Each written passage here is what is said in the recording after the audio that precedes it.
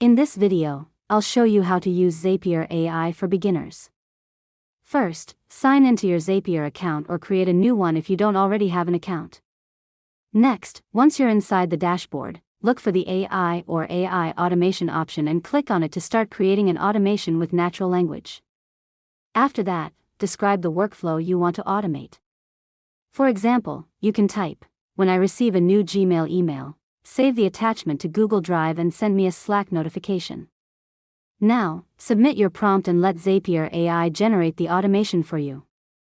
Next, review the apps, triggers, and actions that Zapier AI suggests. Make sure everything matches the workflow you want to create.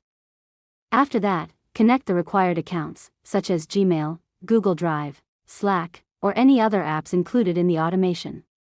Now, follow the setup steps and grant the necessary permissions so Zapier can access your accounts. Next, test the automation to confirm that everything works correctly. After that, turn on the automation and let Zapier run it automatically in the background.